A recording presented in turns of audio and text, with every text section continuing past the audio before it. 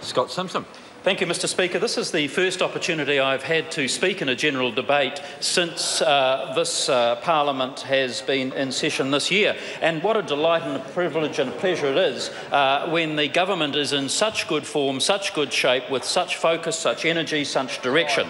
And, sir, it's a real privilege to be serving in the John Key-led national government that is making such progress on behalf of all New Zealanders. Sir, in my short time available this afternoon, I'd like to talk about two matters that I think are of crucial interest to both members of the House and people listening around the countryside. The first one is really the good work that is being done by the government, particularly in relation to the work on behalf and in support of New Zealand families. This is a government that cares about families. It understands that families are at the very core foundation of our society, and we want to make sure that they get the support, the care and nurturing that they need to ensure that young Kiwi kids get the best start that they can in their lives. And then secondly, Mr Speaker, if I get an opportunity, I really just want to have a commentary about the changed landscape on the opposition benches that has occurred in recent times, because we're 5 months into the year and the world really has changed in terms of the opposition.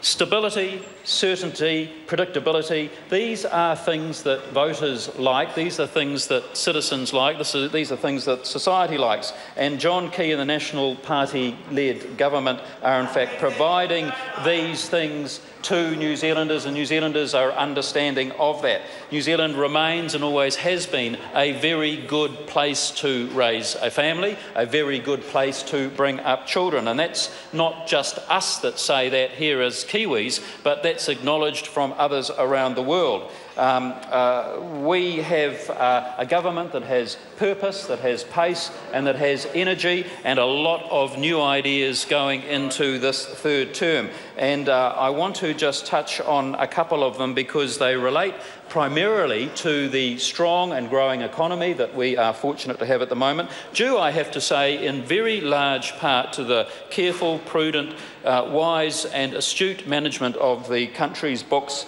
by Finance Minister Bill English, who will later this month deliver his 7th budget. And so all those things are having a positive impact, a real impact for New Zealand families. And I see that in Coromandel, in my electorate. I see that for Coromandel families and for Coromandel children. I see the benefits that are real, tangible and meaningful. Parental tax credits, for instance, sir, for lower income families have gone from $150 a week to $220 a week. And what's more, the entitlement to that support has been extended from 8 weeks to 10 weeks. And then, of course, sir, the paid parental leave that we've had so much talk about will be extended for a further 2 weeks to 18 weeks from April of next year. Another area that I see real positive gains is in the Home Start program that is helping young Kiwi families get into their first home. And the Home Start program will see over the next 5 years something like 90,000 young Kiwis getting into their first home. But those measures, along with so many others, are the absolute tangible evidence that this is a government that cares about families, that has families at the heart of their policies and is on the side of young families. Sir, one of the things that has been most noticeable to me, and I suspect most other New Zealanders, is that there has been a seismic shift in the opposition, what's been going on over there on that side of the House. And, sir, it's a shift that has occurred since Christmas time, and there have been a couple of things that have really demonstrated it. The most obvious one, of course, is that later today, sir, we'll be hearing the maiden speech from Ria Bond, the new New Zealand First MP from Invercargill.